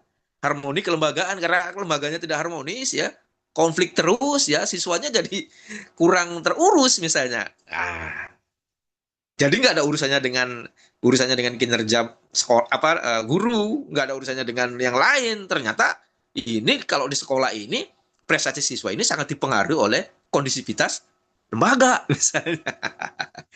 Gitu ya. Jadi dalam penelitian kualitatif sah seperti itu. Bahkan dalam temuan-temuan yang model begitu off the box, tapi kita bisa merasionalisasi dan bisa membuat argumentasi yang kuat, valid dengan data kita, itu bisa masuk dalam penelitian kita gitu. Dan tentu saja kalau model seperti ini misalnya yang jauh dari teori yang umum yang mengatakan prestasi siswa berhubungan dengan kinerja kepala sekolah, guru dan seterusnya, temuan Anda akan menjadi out of the box gitu ya. Wih, kok apa urusannya ini prestasi siswa dengan konflik lembaga? Ya buktinya di sekolah yang saya teliti itu. Dulunya prestasi siswa ini bagus sekali, bla bla bla terangin. Tapi 3 tahun belakangan ini karena ada konflik kelembagaan jadi mencele gitu. Ini datanya, ya harus dibuktikan. Waduh, ini nanti menyinggung yayasan dan seterusnya. Ya itulah resiko peneliti. Ya kalau memang Anda mau katakan kebenaran gitu ya. Ya kalau datanya memang seperti itu, faktanya seperti itu, ada sesuatu yang bermasalah gara-gara lembaga bermasalah, sampaikan sebagai peneliti. Supaya jadi evaluasi juga, refleksi juga bagi pihak pengelola gitu ya. Kalau konflik kelembagaan itu akan berdampak cukup signifikan terhadap prestasi siswa misalnya. Gitu guys. Kalau dalam penelitian kualitatif. Gunanya teori kira-kira seperti itu untuk membantu kita menjadi lebih jeli, lebih detail, lebih tajam, dan bahkan lebih berani untuk menyimpulkan suatu kesimpulan yang kita ambil sendiri berdasarkan data yang kita temukan di lapang. Teori-teori inilah yang akan kemudian kita akan terus kita kaji, kita godok gitu ya. Data lapang ngomong apa, kita godok lagi, kok profesor ini ngomongnya begini, nggak begini, di lapang terjadinya begini kok, terus gitu. Sampai kita menjadi dewasa dengan data kita dan dengan refleksi kita. Kedewasaan memahami data dan merefleksikan inilah yang diharapkan dari penelitian kualitatif. Sehingga kita melahirkan temuan-temuan baru yang fresh. Ini yang nantinya disebut dengan teori baru. Bagaimana cara menguatkannya? Ya argumentasi kita yang dikuatkan tadi, Mas Bro. Siapa yang tanya tadi di awal itu? Caranya kita menguatkan temuan kita supaya teori kita bisa diaplikasikan, diterapkan ya. Sampaikan argumentasi dan data yang valid ya. Sebagus mungkin. Pertahankan di depan publik. Dan ketika kita bisa mempertahankan di depan publik, publik melihat, ya silakan publik untuk bisa mengecek di tempat yang lain. Terjadi nggak teori ini? Terjadi nggak masalah ini? Coba dicek. Itu bisa menjadikan inspirasi peneliti yang lain setelah kita. Menurut teorinya Pak siapa tadi misalnya? Pak Budi misalnya. Oh ternyata prestasi siswa juga dipengaruhi oleh kondisivitas kelembagaan. Oke dah, saya mau cek juga dah. Misalnya gitu ya, peneliti setelahnya. Benar ternyata. Walaupun skalanya tidak seperti yang ditemukan Pak Budi di sekolahnya yang dia teliti. Di tempat yang saya teliti juga sama. Ada terjadi konflik kelembagaan. Itu ternyata berimbas terhadap prestasi siswa. Gitu. Nah, contoh teori yang bisa dipraktekkan pada penelitian setelahnya. Dia bisa dipakai untuk melihat fenomena yang lain di tempat yang lain. Dan pada waktu yang lain ya. Setelahnya. Menurut penelitian Pak Budi, aspek-aspek kelembagaan, kondisivitas atau stabilitasnya itu yang perlu dicek ini. Kalau ininya baik, maka prestasi siswa akan terjaga. Misalnya. Dia akan mengecek juga di tempat yang akan dia teliti, kira-kira begitu. Sama, dia juga kalau dia sebagai peneliti yang baik, dia juga akan melakukan yang sama gitu, dicek juga. Kalau ternyata kemudian berbeda, ya boleh dia mengatakan yang lain juga. Ternyata penelitiannya Pak Budi itu di tempat saya tidak berlaku sepenuhnya. Tidak semua kelembagaan. Walaupun kelembagaannya amburadul, misalnya begitu ya, tapi karena keuangannya oke, misalnya gitu ya. Misalnya, basis keuangannya oke, aman tuh. Siswanya tetap bisa berprestasi, disupport dengan dana yang ada. Dan bisa diminimalisir, konflik kelembagaan. Karena ada banyaknya dana misalnya. Bisa menutupi. Contoh misalnya. Berarti teorinya Pak Budi bisa dikembangkan atau bisa disempurnakan dengan penemuan yang baru yang seperti itu. Dan seterusnya. Begitulah cara kerja manusia dalam penelitian, khususnya penelitian kualitatif. Aman sampai sini? Izin, Pak. Terpaham ya? Kegunaan teori dalam penelitian kualitatif ya. Izin, Pak. Silakan. Mau tanya, Pak. Jadi terkait eh, yang Bapak sampaikan tadi menarik karena kemungkinan terjadinya teori-teori baru, Pak. Tapi maksud saya seperti terlihat kalau kita dalam penelitian kan dalam fenomena itu kan dia tidak terkondisi sebetulnya, Pak. Jadi kita mengalir apa yang fakta di lapangan, Pak. Kalau misalnya terlalu banyak adanya eh, apa istilahnya itu, misalnya terlalu banyak gini, maksud saya kualitatif ini kan agak rentan intervensi, Pak ya. Karena ada fenomena baik intervensi ketika kita misalnya wawancara, kadang-kadang kita susunan faktor emosional kita ikut, kemudian dalam mengkondisikan observasi juga kadang-kadang kita pilih waktu-waktu yang memungkinkan hasil kita lebih mendekati sesuai hipotesis kita seperti itu kan. Ya. Eh, jadi kalau misalnya fenomena itu terlalu banyak, kita meneliti suatu faktor, misalnya tentang sekolah yang terkait dengan pihak yayasan misalnya. Tapi kemudian dalam perjalanannya kita temukan bahwa sebetulnya ada konflik lain di dalamnya. Kemudian kita lihat lagi ada konflik yang lain lagi yang mempengaruhinya. Nanti kan terlalu luas, Pak. Apa enggak jadi bias itu, Pak, sebetulnya, Pak? Sehingga di mana batas ketika kita bicara ini stop, ini sudah terlalu jauh kita tertarik ke sana. Sehingga penelitian itu bisa lebih fokus untuk dan tidak terlalu terlalu jauh, Pak, dari tujuan awal. Izin, Pak. Oke, makasih Pak Husni. Wah, ini mantap sekali pertanyaannya. Makanya tadi sudah saya bilang di awal juga, justru kerangka teori atau apa namanya, Bora juga disebut kerangka konseptual, disitulah dia akan menentukan sejauh mana dia akan berperan bagi kita. Itu yang akan diuji, Pak. Nanti akan diuji validitas atau kebenarannya data-data atau tadi tentakel data itu ya bisa kemana-mana itu akan seberapa signifikan dia akan dibunyikan dalam temuan kita itu lingkupnya teori yang mau kita jelaskan. Begitu. Kalau kemudian tadi jauh misalnya dia nggak tercover di dalam perdebatan teoritis yang sedang kita cover, orang juga akan menilai dengan sendirinya. Si penguji atau publik juga menilai ini Anda ngawur. Ini temuan Anda tidak bisa divalidasi dengan teori yang sedang Anda diskusikan di teori ini atau di penelitian ini. Jadi batasan-batasan gimana kemudian seorang peneliti kualitatif dia akan menempatkan data ya. Itu sesuai dengan kerangka teori itu. Karena yang nanti akan menguji atau yang melihat kita juga dia akan berangkat dari teori-teori yang ada. Tidak berangkat dari ruang hampa. Misalnya, kalau yang akademis, kalau kita penelitiannya pendidikan yang akan menguji kita ya para dokter-dokter, para profesor-profesor dalam bidang pendidikan. Sesuai dengan bidang keilmuannya. Maka si penguji pun akan melihat teori-teori yang berhubungan dengan yang sedang kita teliti. Disitulah nanti akan dicek, Pak. Bahwa data yang kita kumpulkan itu tervalidasi atau enggak.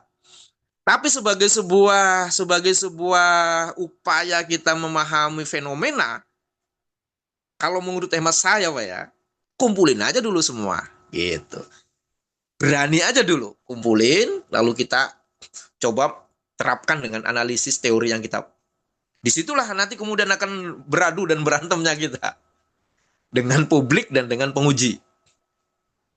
Begitu, Pak. Makanya tadi kegunaan penelitian itu di samping dia menemani juga dia akan memberikan semacam boundaries. Yang maksud dengan boundaries itu tadi itu adalah lingkaran-lingkaran di mana kita akan terus berada dalam koridor teori itu atau kita akan lepas. Dan kita akan merasakan bahwa ini sebenarnya jauh nih. Data ini sebenarnya jauh dengan topik kita. Tapi menarik juga kalau saya ketengahkan. Coba saya masukin di aspek apa gitu. Des. Nah, nanti diuji di publik. Kesimpulan kita ini bisa diterima apa enggak gitu. Kira-kira begitu, Pak. Jadi jangan takut liar. Liar aja dulu. Kumpulin aja semua data dulu. Nah, nanti yang akan menentukan seberapa tajam dan seberapa valid kesimpulan kita dan analisis kita adalah seberapa kuat kita memahami teori-teori yang berada di seputar itu. Izin. Kira-kira begitu. Jadi awalnya saya pikir kita harus ada pagar, Pak, ya. Jadi kita bangun pagar supaya jangan liar yang Bapak sampaikan, ada istilah tentakel-tentakel itu. Jadi kalau saran Bapak kita ikuti arah tentakel itu, nanti kita lihat sejauh mana ujung tentakel itu berefek terhadap fenomena yang terjadi, seperti itu, Pak, ya. Betul, betul. Makanya kalau menguasai banyak perspektif dari teori itu akan mudah terkendali, Pak. Kita akan paham sendiri bahwa tentakel ini arahnya kemana, kemana, kemana. Kalau kitanya benar-benar detail ya memahami teorinya. Kecuali kalau serempangan penelitinya ya kita akan bingungkan sendiri.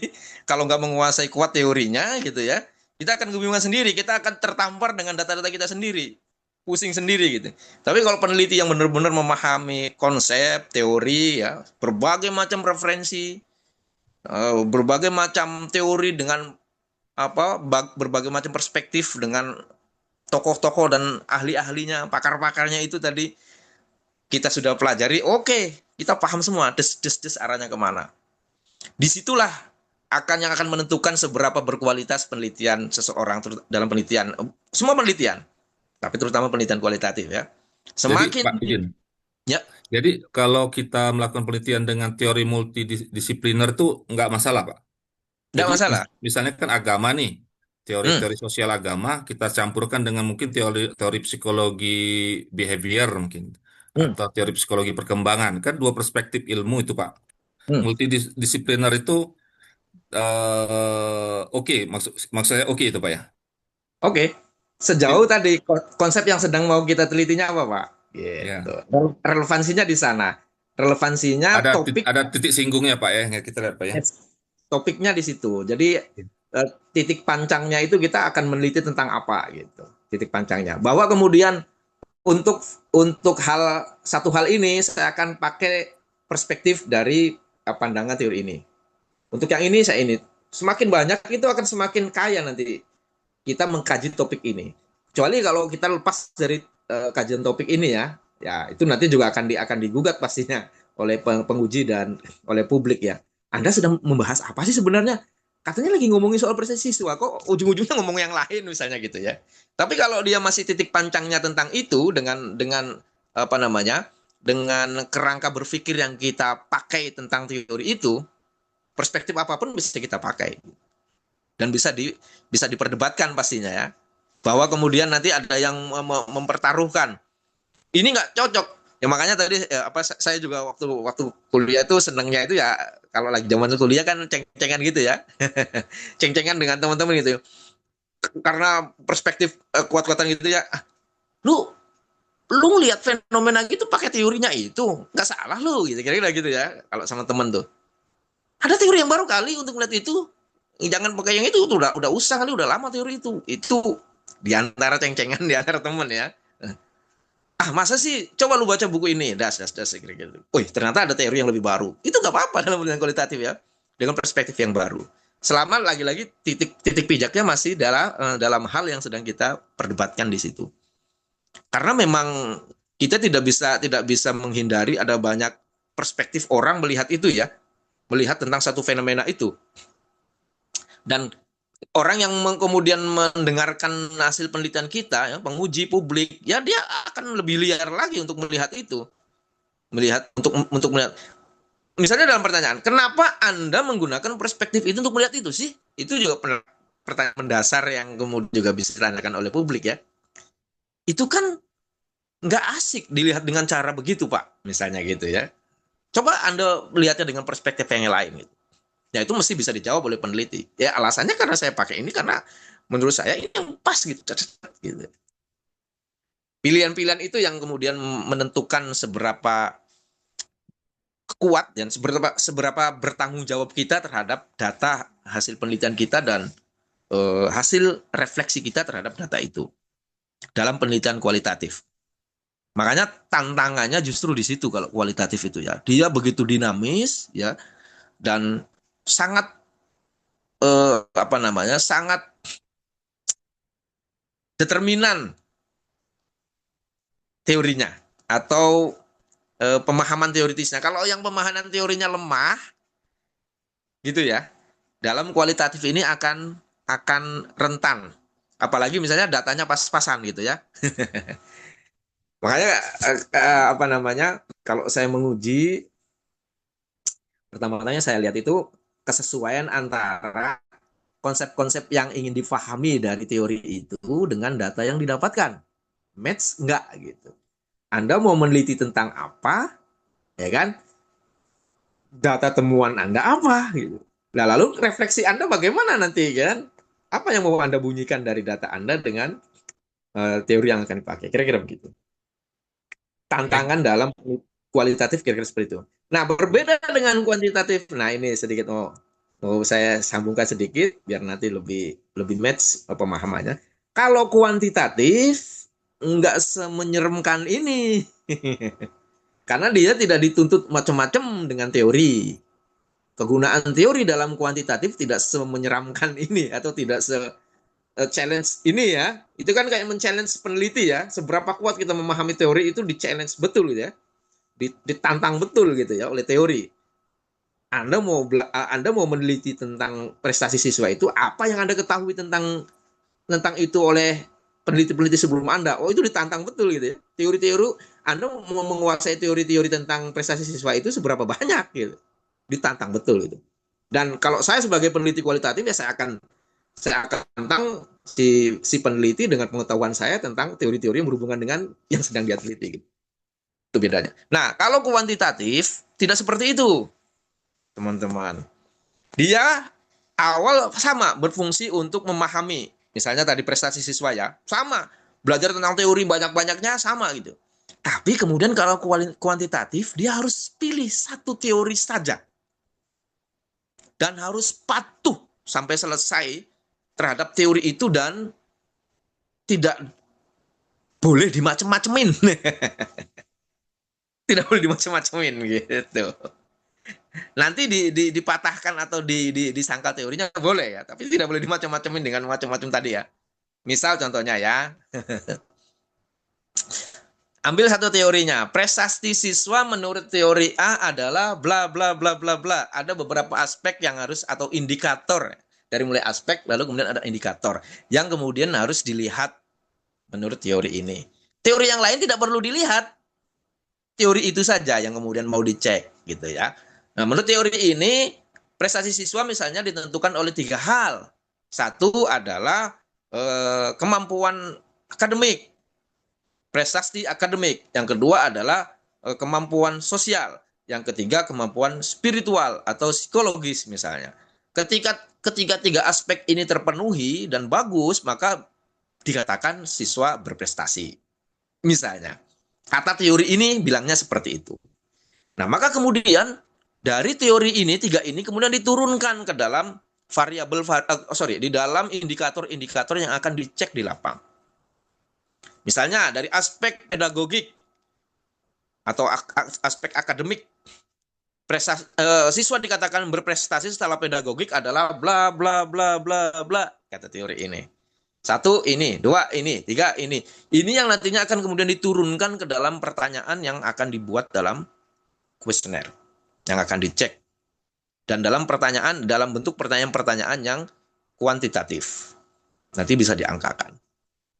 Sampai kemudian jadi kuesioner, lalu kemudian dibagikan ke siswa, lalu dikumpulkan sampai kita mengetahui bagaimana prestasi siswa menurut teori ini berdasarkan angka yang kita dapatkan dari kuesioner yang kita sebarkan kepada seluruh siswa. Sehingga kemudian akan keluar angka-angkanya. Menurut pedagogik, dalam aspek pedagogik, prestasi siswa angkanya sekian. Totalnya akan ketemu angkanya. Kalau aspeknya sosial, ketemu lagi. Nanti akan dilihat, dicek angka yang mana yang paling kuat. Berarti itu yang yang paling dominan dalam prestasi yang didapatkan atau yang dimunculkan atau yang dihasilkan dari sekolah itu oleh siswanya. Itu sudah selesai satu step dalam penelitian kuantitatif. Teori gunanya untuk menurunkannya di dalam kuesioner, gitu ya.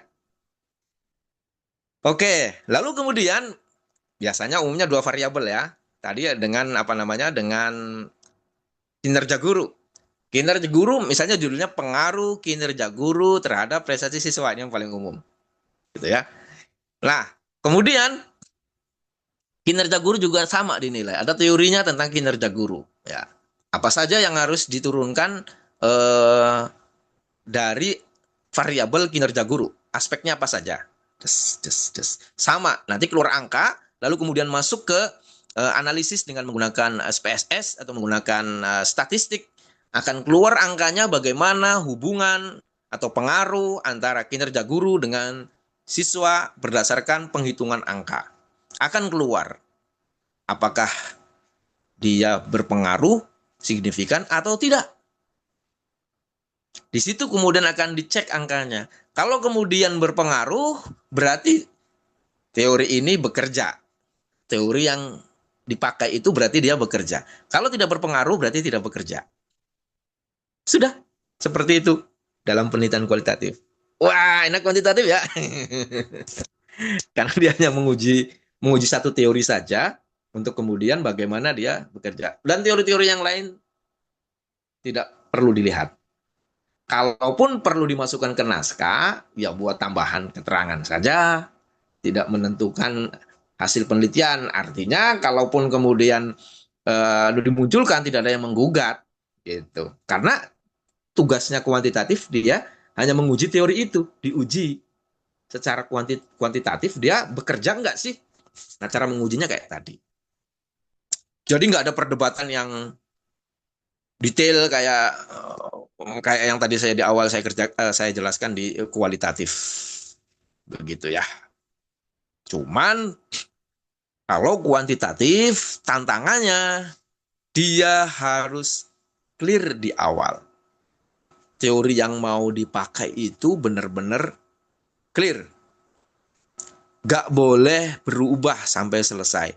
Kalau nanti kemudian tiba-tiba kemudian ada satu tambahan indikator, padahal di kerangka teori tidak muncul, kok dimunculkan, lalu kemudian datanya ada, wah itu sudah gugur, gagal penelitiannya, gak bisa divalidasi dan gak bisa dinyatakan selesai, karena ada satu indikator yang tiba-tiba muncul misalnya, atau yang tiba-tiba hilang, ternyata di datanya nggak ada, karena itu akan mempengaruhi analisis statistiknya.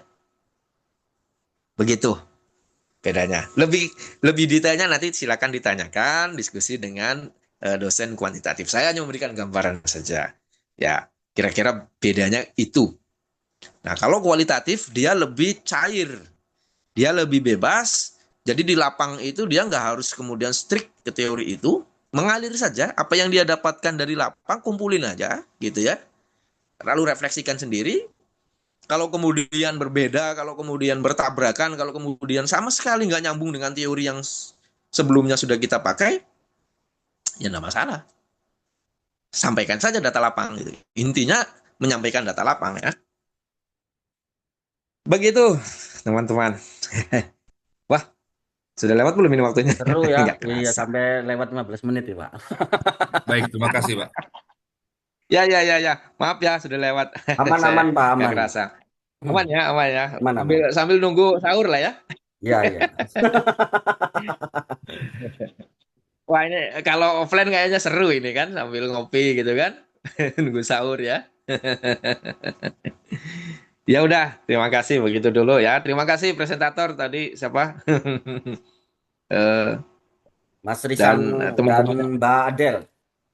Ya, Mbak Adel, terima kasih. Bagus sekali ya, presentator dan Bapak-Bapak yang lain tadi, Pak Husni dan yang lainnya sudah aktif dalam diskusi. Terima kasih dan saya mohon maaf kalau kelewatan. Kayaknya ini untuk minggu ini bulan puasa terakhir kayaknya ya. Ya, Pak. Kita libur dulu.